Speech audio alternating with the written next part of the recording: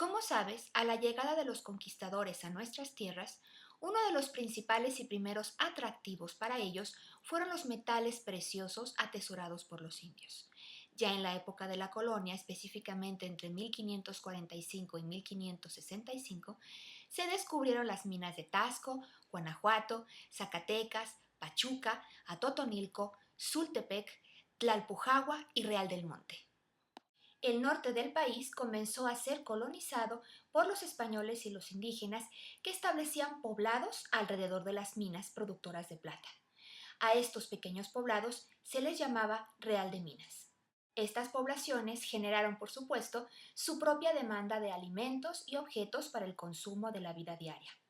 Por esta razón se desarrollaron la agricultura, la ganadería y el comercio en estas regiones. Al mismo tiempo, se crearon caminos para poder llevar desde y hacia la capital, la Ciudad de México, los productos, los bienes que necesitaban las poblaciones y los productos que se extraían de las minas. Como sabemos, el virreinato se instauró por primera vez en México en 1535 con el primer virrey de la Nueva España, Antonio de Mendoza, nombrado por Carlos I. Ya desde la segunda audiencia, el poder de los encomenderos había ido en decadencia. Por supuesto, los encomenderos no estaban nada contentos con esta nueva forma de gobierno que limitaba su poder y sus riquezas. En 1564 solicitaron que se destituyera al virrey y en su lugar se nombrara a Martín Cortés, hijo de Hernán Cortés, como capitán general de la Nueva España. En 1566, la Real Audiencia ordenó la captura de Martín Cortés y la ejecución de otros revoltosos. Este evento marcó el fin del poder de los encomenderos y el fortalecimiento del virreinato. El pago de los tributos que hacían los indígenas a los españoles podía hacerse de tres maneras: con trabajo, en dinero o en especie, esto es, en productos. Entre 1550 y 1560 se ordenó que los pueblos, en lugar de poder pagar de estas tres maneras, únicamente pudieran pagar en dinero o en especie, y que los pagos en especie de preferencia fueran productos agrícolas, principalmente maíz y trigo. Ya para finales del siglo XVI se había determinado un pago de tributo personal consistente en 1 peso y media fanega de maíz al año por cada cabeza de familia. Una fanega era una medida de capacidad. Recordemos que en ese tiempo todavía no se había instalado el sistema métrico decimal. Una fanega correspondía aproximadamente a 55.5 litros de hoy en día. Conforme el trabajo en las minas, en las haciendas y en las empresas de los españoles iba en aumento, cada vez había menos mano de obra para atenderlas a causa todavía de la encomienda. Esto es, un considerable número de indígenas aún trabajaban o prestaban sus servicios a un encomendero como pago del tributo y no estaban libres para hacer trabajo en cualquier otro lugar. Para resolver este problema, la corona española suprimió el pago del tributo a través del trabajo en la encomienda y ordenó al virrey que instalara un sistema en donde los indígenas pudieran contratarse en las fincas y haciendas españolas por el pago de un jornal.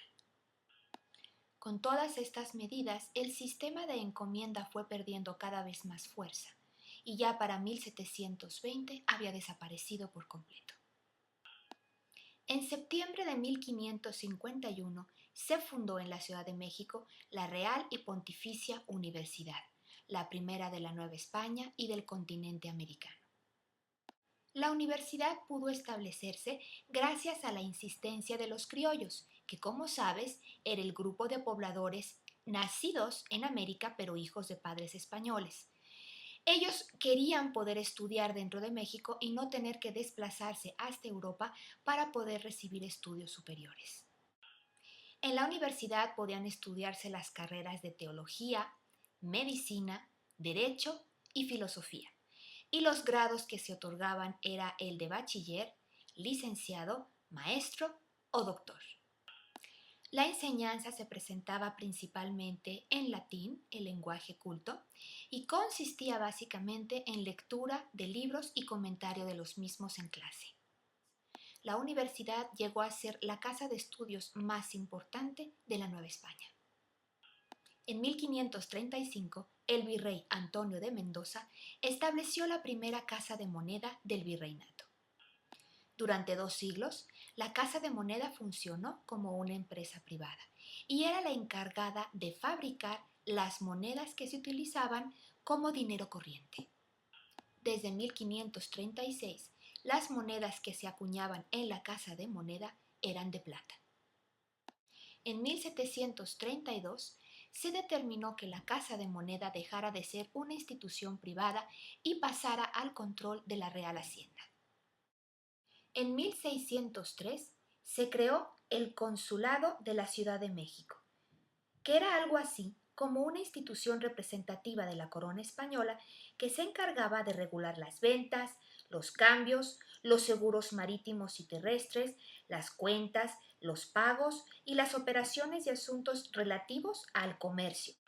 El consulado, que se encontraba en un edificio en la Plaza de Santo Domingo en la Ciudad de México, se encargaba también de cobrar el tributo a los indios y el peaje para la apertura y mantenimiento de los caminos.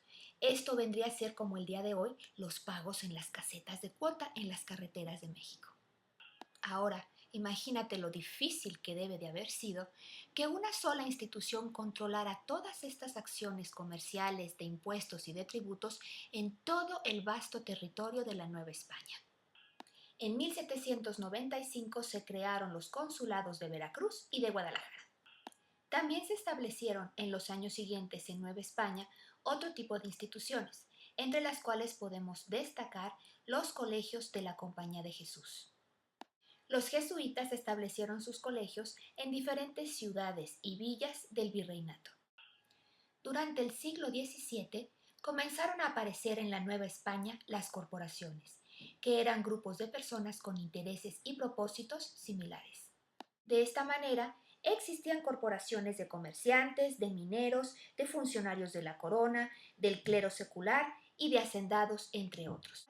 La corona española había instaurado el Consulado de la Ciudad de México, que era la única institución responsable de controlar el comercio, el pago de los tributos y peajes. Los miembros del consulado se beneficiaron mucho de este monopolio, ya que las compras y ventas se hacían en los términos y condiciones que ellos disponían. También durante el siglo XVII, el clero secular tenía ya un gran poder en la Nueva España. Como recordarás, el clero, la Iglesia, había ayudado grandemente a la corona española para la pacificación y la colonización de las nuevas tierras. La corona también favoreció mucho a la Iglesia en la Nueva España y vio con buenos ojos cómo se expandía por todo el territorio y cómo también comenzaba a acumular riquezas gracias en parte al pago de los diezmos, que era un impuesto especial que se pagaba a la Iglesia, y también porque por testamento recibían ingenios azucareros, haciendas, fincas, etc. En muchas comunidades, la Iglesia era la autoridad máxima y en toda Nueva España se reservó a ella la instrucción religiosa, la dirección espiritual, la educación y la conducción de la mayoría de los actos públicos. A mediados del siglo XVII, los funcionarios virreinales consistían en una pequeña minoría que se encargaba de la administración de la Nueva España. Estaban mal remunerados, esto es, mal pagados, y también muy mal organizados. Esto favoreció que muchos de ellos comenzaran a aprovecharse de su situación en un puesto público para hacerse de riquezas. Estas acciones corruptas se volvieron una práctica generalizada. La corrupción aumentó aún más cuando la corona española puso a la venta los puestos públicos. De esta manera, a través de la compra de los puestos públicos, los criollos pudieron llegar a las esferas de gobierno de la Nueva España.